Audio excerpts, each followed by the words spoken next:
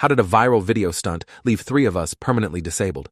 The challenge was called the Skyline Sprint, and it went viral in late August when some college kids in California filmed themselves parkour running across rooftops downtown at night. The video hit 15 million views in 3 days and spawned hundreds of copycat attempts across the country. My best friend Cole Brennan showed me the original video on a Thursday afternoon while we were hanging out at his house with our friends Dante Williams and Isaac Cho. The footage showed 4 guys jumping between buildings that were maybe 8 feet apart, vaulting over air conditioning units and sliding down fire escapes while the city lights glittered below them. The comments were filled with people calling them legends and saying they wished they had the courage to try something that intense. Cole said we should do our own version in our city and film it for his channel, which had about 2,000 subscribers. He'd been trying to grow his following for months, and this seemed like the perfect opportunity to go viral. I was 17 and spent most of my time trying to figure out what would make me interesting enough that people would remember me after high school ended. I'd been a mediocre student, an average athlete my entire life, and the thought of doing something that 15 million people might watch made my heart race with excitement and terror in equal measure. Dante was immediately on board because he'd done gymnastics until sophomore year and was convinced his skills would translate to parkour easily. Isaac was hesitant and said the video looked dangerous, but Cole kept pressing, saying we'd scout locations carefully and only attempt jumps we knew we could make safely. He said the key was making it look more dangerous than it actually was, using camera angles and editing to amplify the drama. That convinced Isaac, and we spent the rest of that afternoon watching parkour tutorial videos and planning our route.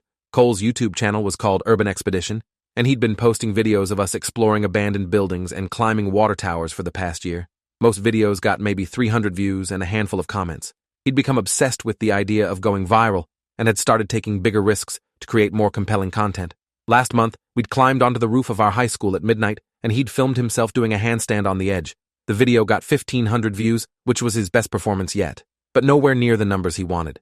He said the Skyline Sprint would be different because the challenge was already trending, and if we posted within the next week while it was still hot, we could ride the algorithm wave to massive exposure. He talked about sponsorships and monetization and maybe even getting picked up by larger channels. His enthusiasm was infectious, and by the time I left his house that evening, we'd agreed to scout locations on Saturday. We spent Saturday driving around downtown looking for suitable buildings. Cole had specific requirements based on the original video. We needed at least 4 buildings in a row with flat, accessible rooftops, gaps between them that were challenging but not impossible, and enough architectural features to make the footage visually interesting. We found a promising stretch near the warehouse district where old industrial buildings had been converted to lofts and offices. The rooftops were mostly flat with low walls around the edges, and the gaps between buildings ranged from 6 to 10 feet. Cole pulled out a measuring tape at one point and actually measured the distance between 2 buildings we'd accessed through an unlocked fire escape. He determined that 10 feet was the maximum we should attempt, and anything beyond that was genuinely dangerous rather than just dramatic. Isaac asked how we'd even get onto the rooftops to film, and Cole said he'd been researching that. Most buildings had roof access through internal stairwells, but those were locked and alarmed. Our best option was fire escapes, which were external, and often had ladders that could be pulled down to reach the lowest platform. Once we were on one rooftop, we could move between buildings without coming back down. The plan was to start on the southernmost building, run north across 4 rooftops while Cole filmed, then descend via a fire escape on the far end. The total distance was maybe 200 feet, but the dramatic angles and editing would make it seem like we'd crossed the entire downtown. Cole said we should film late on a weeknight when there'd be fewer people around to call the police. He suggested Wednesday around midnight. We met at Cole's house Wednesday at 11 and drove downtown in his beat-up Nissan Altima. Dante had brought knee pads and gloves, which he insisted would help with landing impacts and grip.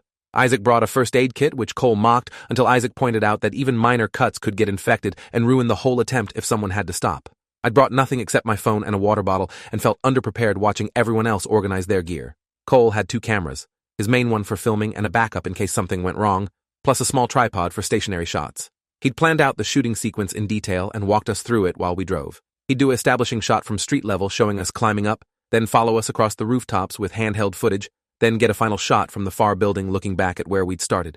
The warehouse district was empty at midnight on a Wednesday, just as Cole had predicted. We parked in a public lot 3 blocks from our target buildings and walked over carrying the equipment in backpacks to avoid suspicion. The first fire escape was exactly where we'd scouted it, a metal structure running up the side of a 4-story building, with the lowest ladder hanging about 10 feet above the sidewalk. Dante jumped and grabbed it, and his weight brought it down with a rusty screech that echoed through the empty street. We all froze, waiting to see if anyone would come investigate, but after 30 seconds of silence, Cole motioned for us to start climbing. The metal was cold even through my gloves, and some of the bolts holding the structure to the brick wall looked loose enough that I could see gaps. I tried not to think about the fire escape collapsing and focused on climbing steadily upward. The rooftop was tar and gravel with a 3-foot wall running around the perimeter. Cole immediately started filming, getting shots of the city lights and the other buildings we'd be crossing. He had us line up at the edge of the first gap and explained how this would work. Dante would go first, since he had gymnastics experience and could demonstrate proper form. Then me, then Isaac, then Cole would film himself making the jump using the tripod and a delayed timer. He said the key was committing fully to the jump. That hesitation was what caused people to come up short and miss the landing. Dante nodded and backed up about 15 feet to get a running start. He sprinted toward the edge and launched himself across the gap with more height than necessary, landing solidly on the other rooftop and rolling to absorb the impact. He stood up grinning, and Cole captured the whole thing in high definition. I went next, and my heart was slamming against my ribs as I backed up to get my running start. The gap looked wider from up close, maybe 8 feet instead of the 6 it had seemed from the ground.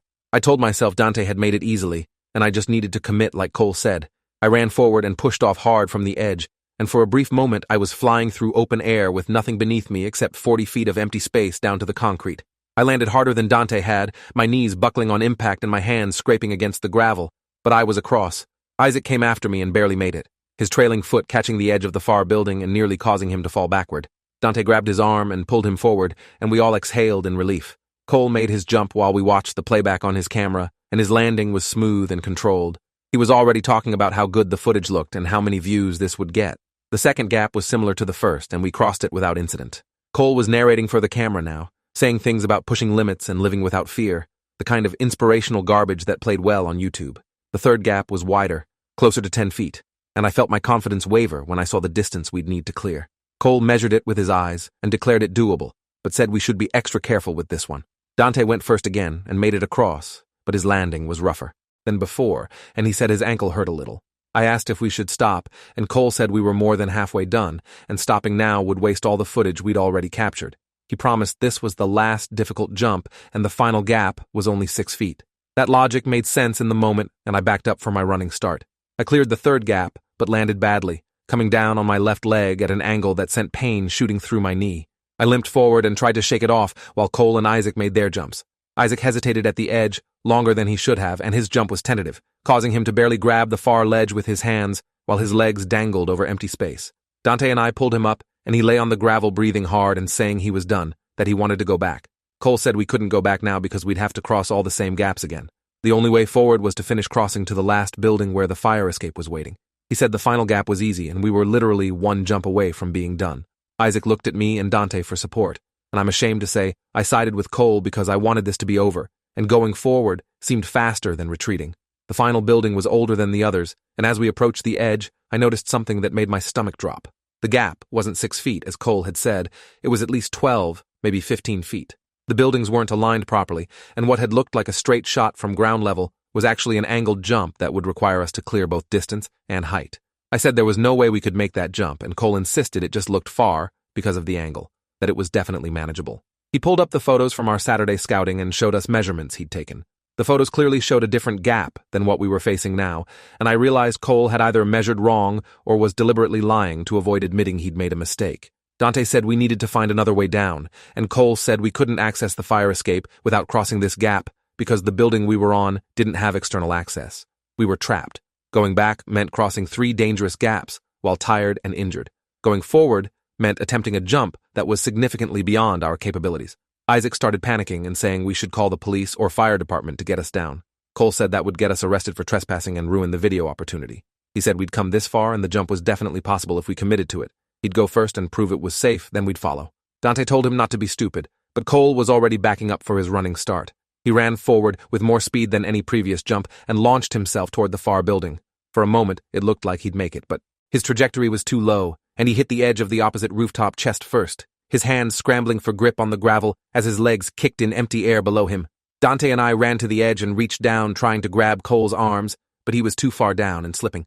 His camera fell from his hand, and I watched it tumble end over end until it shattered on the concrete below.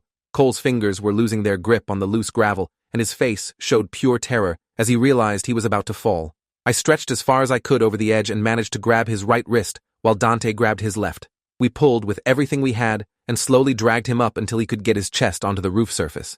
We pulled him the rest of the way, and he rolled onto his back, gasping and crying. His shirt was torn and his chest was bleeding from scraping against the brick edge. He said he was sorry and that he'd miscalculated, and we needed to find another way down immediately. Isaac found a roof access door on the building we were on and started pounding on it, hoping someone inside would hear us. No one came. We were 4 stories up at midnight in a mostly empty warehouse district, and our options were running out fast. My phone had signal, and I suggested calling 911, but Cole begged me not to, saying we'd get arrested and our parents would kill us. He said we could figure this out ourselves if we just stayed calm and thought it through. Dante was examining the fire escape on the far building through Cole's backup camera, and he said he thought he could make the jump if he got a longer running start. I told him that was insane, and he said we didn't have better options. If he made it across, he could lower the fire escape ladder, and we could climb down the outside of the building to reach the ground level, then use the fire escape normally to get back up to his position. The plan was dangerous and convoluted, but it was a plan. Dante backed up all the way to the far edge of our rooftop, giving himself maximum distance for his running start. He'd been a competitive gymnast for years, and if anyone could make this jump, it was him. He took several deep breaths, and I saw his hands shaking despite his confident expression. He ran forward, building speed across the entire rooftop, and launched himself from the edge with a powerful jump that gave him both height and distance. He was in the air for what felt like an impossible amount of time, and then he was falling, coming down short of the far rooftop by maybe 3 feet. His hands hit the edge, but couldn't find purchase, and he fell backward into the gap between buildings. I heard him hit something metal about halfway down, probably a fire escape platform on the building's exterior, and then a sickening impact as he hit the ground. Isaac screamed, and I felt my legs give out. I crawled to the edge and looked down and saw Dante lying motionless on the concrete 40 feet below us. Even in the dim streetlight, I could see the unnatural angle of his body and the dark pool spreading beneath his head. Cole was on his phone calling 911, and his voice was high and panicked as he tried to explain where we were and what had happened.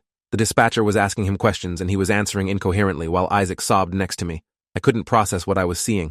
Dante had been alive and talking to us 60 seconds ago, and now he was lying broken on the ground because we'd been stupid enough to think we could parkour across buildings at midnight for YouTube views. I started shaking and couldn't stop. My brain kept replaying his jump, calculating the exact moment when I knew he wasn't going to make it, seeing his expression change from determination to fear as he fell. The 911 dispatcher told Cole to stay on the line and said fire department rescue was being dispatched to get us down from the roof. She asked if anyone else was injured, and Cole said Dante was the one who fell and wasn't moving. She asked if we could see him breathing, and I looked again and saw his chest rising and falling shallowly. He was alive, but clearly badly hurt. The dispatcher told us not to attempt climbing down ourselves and to stay exactly where we were. Emergency vehicles were responding and should arrive within 10 minutes. Those 10 minutes felt like hours. We sat on the cold roof, listening to sirens get progressively louder until the street below us was flooded with flashing lights. Firefighters and paramedics swarmed around Dante's body, and I watched them work on him with practiced efficiency. They stabilized his neck and loaded him onto a stretcher and into an ambulance that immediately pulled away with lights and sirens. The fire department brought a ladder truck and extended it to our rooftop. Firefighters in full gear climbed up and helped us down one at a time. My legs barely functioned, and I had to be physically assisted down the ladder. At ground level, police separated us for questioning, and I gave my statement to an officer named Sergeant Davis, who wrote everything down while shaking her head. She asked whose idea this had been, and I said Cole had planned it, but we'd all agreed to participate. She asked if we'd been drinking or using drugs, and I said no, we'd just been stupid. She said we were being charged with criminal trespassing and possibly reckless endangerment depending on Dante's condition. She asked for my parents' contact information, and I gave it, knowing they'd be getting a call that would destroy them. My phone had 37 missed calls from my mom, who'd woken up and found me gone. My parents arrived at the police station at 3 a.m, and my mom's face was a mask of horror and rage. My dad barely spoke, just signed paperwork, and drove me home in silence. I tried to explain what had happened, and my mom cut me off and said she didn't want to hear anything I had to say. She said Dante's parents were at the hospital and didn't know if their son would survive the night. She said Cole's video stunt might have killed someone, and I'd been complicit in every decision that led to that moment. She wasn't wrong. I'd had multiple opportunities to stop this and had chosen not to. I'd watched Dante jump knowing it was too far and hadn't physically stopped him. My guilt felt like a physical weight crushing my chest, and I spent the rest of that night sitting in my room staring at nothing. Dante survived, but the injuries were catastrophic. He'd fractured his skull, broken his back in 2 places, shattered his pelvis, and ruptured his spleen. He underwent 8 hours of emergency surgery and spent 3 days in a medically induced coma. When they woke him up, he couldn't feel his legs. The spinal fractures had caused permanent nerve damage, and doctors said he'd likely never walk again. He was 17 years old and facing life in a wheelchair because of a YouTube video that never even got posted. Cole's camera had been destroyed in the fall, and his backup camera was confiscated by police as evidence. The video we'd worked so hard to create would never be seen by anyone except prosecutors and defense attorneys. The legal consequences came quickly. Cole was charged as an adult with reckless endangerment and criminal negligence. The prosecutor argued he'd organized and led a dangerous activity that resulted in serious injury and should face enhanced penalties. Isaac and I were charged as juveniles with trespassing and contributing to the delinquency of a minor, even though we were minors ourselves. The logic was complicated, but essentially we'd participated in creating the dangerous situation that led to Dante's injuries. Cole's lawyer tried to argue that we'd all been equally responsible and shouldn't face different charges, but the prosecutor showed evidence of Cole's planning, his measurements, his YouTube channel history of increasingly dangerous stunts. The pattern was clear and damning. Cole had systematically escalated the risks, and we'd followed him. I didn't see Dante for 3 weeks while he was in intensive care and rehab. His parents understandably didn't want any of us anywhere near him, but eventually Dante asked to see me, and his mother reluctantly agreed to a supervised visit. I walked into his hospital room and barely recognized him. He'd lost maybe 20 pounds, and his legs were thin and motionless beneath the blankets. He was in a specialized bed designed to prevent bed sores, and his neck was still in a brace. He looked at me, and I saw no anger in his expression, just exhaustion and resignation. He said he didn't blame me for what happened, and I started crying and couldn't stop. He said we'd all made bad decisions, and he'd been the one who chose to jump when he could have refused. I tried to tell him it was Cole's fault, and Dante cut me off and said blame was complicated and wouldn't change anything. He'd be in a wheelchair for the rest of his life, and assigning responsibility wouldn't give him his legs back. The court proceedings stretched over 6 months. Cole pleaded guilty to avoid trial and was sentenced to 18 months in juvenile detention, followed by 3 years of probation. He'd be released at 19 with a criminal record that would follow him forever. Isaac and I took plea deals that included community service, probation, and mandatory counseling. My plea required me to give presentations to school groups about the dangers of viral video challenges and reckless behavior. I had to stand in front of rooms full of teenagers and tell them about watching my friend fall 40 feet because we wanted YouTube views. Some kids listened with genuine horror. Others clearly thought we were idiots who got what we deserved. Both reactions felt appropriate. Dante's medical bills exceeded $2 million within the first year. His family had health insurance, but the policies had lifetime caps that they hit during his initial hospitalization. They filed a lawsuit against Cole's family seeking damages and against the building owners for inadequate security that had allowed us to access the rooftops. The building owners' lawyers argued we'd been trespassers, and they had no obligation to prevent people from illegally entering their property.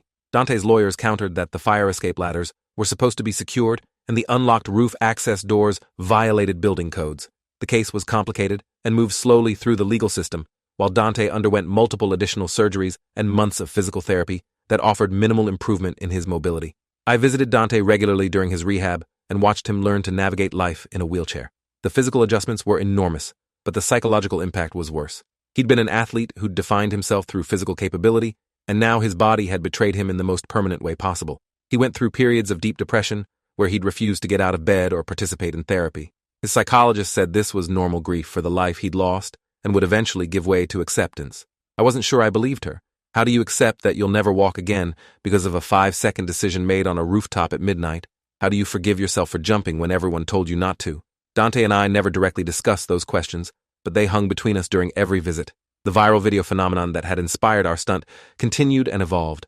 The Skyline Sprint Challenge got people hurt in a dozen cities before social media platforms started removing videos that showed people jumping between buildings. New challenges emerged to replace it, each one finding creative ways to put participants in danger for views. I watched this happen with growing rage because nothing had changed. People were still doing stupid things for internet attention and platforms were still profiting from the content regardless of consequences. I started speaking more aggressively during my mandatory school presentations, showing photos of Dante in his wheelchair and asking students if they thought any number of views was worth permanent disability. Some presentations got complaints from parents who said I was being too graphic and upsetting their children. I told them their children needed to be upset or they'd keep doing reckless things until someone got killed. Cole got released from detention after serving his full sentence and immediately tried to rebuild his online presence. He started a new YouTube channel called Second Chances and posted a video apologizing for what had happened and talking about rehabilitation and learning from mistakes. The video got 300,000 views in 2 days, more than any content he'd produced before the accident.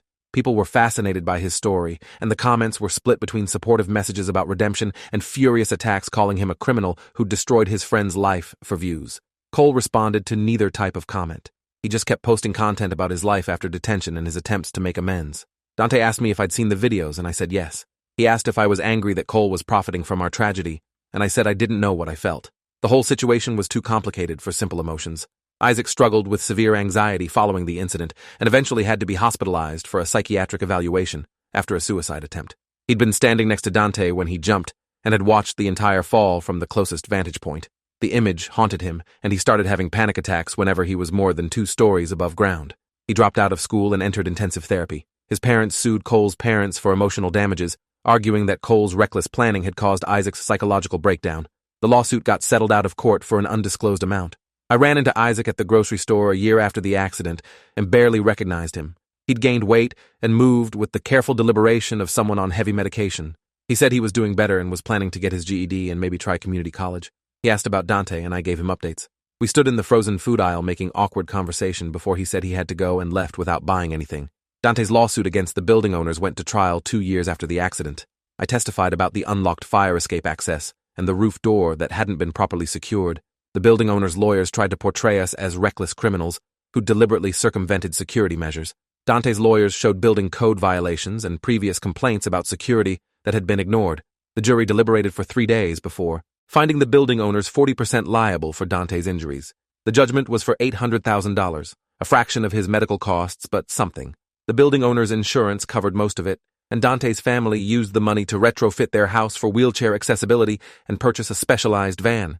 Dante said the money didn't change anything fundamental, but at least his family wasn't going bankrupt paying for his care. I graduated high school and went to community college because my criminal record and trespassing conviction destroyed my chances of getting into any decent 4-year university. I studied to become a physical therapist, partly because I wanted to help people like Dante, and partly because I needed to do something meaningful with my life after having ruined someone else's. My mandatory counseling had stretched into voluntary continued therapy because I couldn't process the guilt without professional help. My therapist said I needed to forgive myself and accept that I'd been a teenager who made a terrible mistake. I said my mistake had cost my friend his legs, and I wasn't sure forgiveness was appropriate. She said carrying guilt forever wouldn't help anyone and would only damage my own life. I understood her logic, but couldn't make myself believe it. Every time I saw Dante in his wheelchair, I was reminded of my failure to stop what I knew was dangerous. Cole's YouTube channel continued to grow, and within 3 years he had over 500,000 subscribers. His content had shifted from urban exploration to motivational speaking, and he gave talks at schools about making better choices and learning from past mistakes. He was getting paid to tell our story, and I hated that his life had improved while Dante's remained destroyed. But Dante said he didn't care what Cole did because Cole's success or failure changed nothing about his own situation. He said he'd learned to manage his anger because staying angry required energy he needed for other things. He'd started taking classes at the community college where I was studying and was working toward a degree in computer science. He said his life wasn't what he'd planned, but it was still a life, and giving up wasn't an option. His resilience was inspiring and infuriating in equal measure because I wanted him to be angry, wanted him to blame someone, wanted the injustice to be acknowledged more forcefully. 5 years after the accident, I was working as a physical therapy assistant and living in an apartment near campus. Dante had graduated with his computer science degree and gotten a job as a software developer working remotely. Isaac had completed community college and was working in retail while continuing therapy. Cole had published a book about his experiences titled Falling Up that became a minor bestseller. The book tour included a stop in our city, and Dante suggested we go and confront him publicly. I said that seemed like a bad idea, and Dante said he just wanted Cole to acknowledge what he'd done and take real responsibility rather than packaging our tragedy as inspirational content. We went to the bookstore where Cole was speaking and sat in the back row while he talked about redemption and second chances and learning from mistakes. His presentation was polished and rehearsed and included a brief mention of the friend he'd hurt during a reckless stunt. He didn't say Dante's name or specify the injuries or acknowledge the lifetime of disability he'd caused. During the question period, Dante raised his hand, and Cole's face went pale when he recognized him. Dante asked in a calm voice whether Cole thought he'd truly taken responsibility for what happened or whether he'd simply repackaged the story into profitable content. Cole stammered and said he'd served his sentence and paid his debt to society and was trying to prevent others from making similar mistakes. Dante said Cole's debt wasn't to society, but to the person whose life he'd destroyed, and that person was sitting in a wheelchair in the back row. The room went completely silent. Cole said he was sorry and had been sorry every day for 5 years and didn't know what else Dante wanted from him. Dante said he wanted Cole to stop profiting from their story and to donate the proceeds from his book to spinal injury research.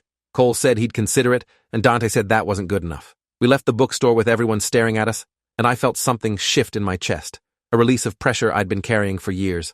Cole actually did donate a portion of his book proceeds to spinal injury research after that confrontation, though whether from genuine remorse or damage control was unclear. His publisher issued a statement about his commitment to making amends and supporting medical research. Dante said he didn't care about Cole's motivations as long as the money went where it was needed. He'd become involved with disability advocacy and was working on initiatives to make buildings more accessible and promote safety awareness about viral video challenges. He gave presentations to school groups, sometimes joining me for the talks I still did as part of my ongoing commitment to prevention education. We'd show students the before photos of him doing gymnastics and the after photos of him in a wheelchair and watch their faces change as they understood the consequences were real and permanent. The Skyline Sprint Challenge that had started everything eventually faded from social media, but got replaced by new challenges that were equally dangerous.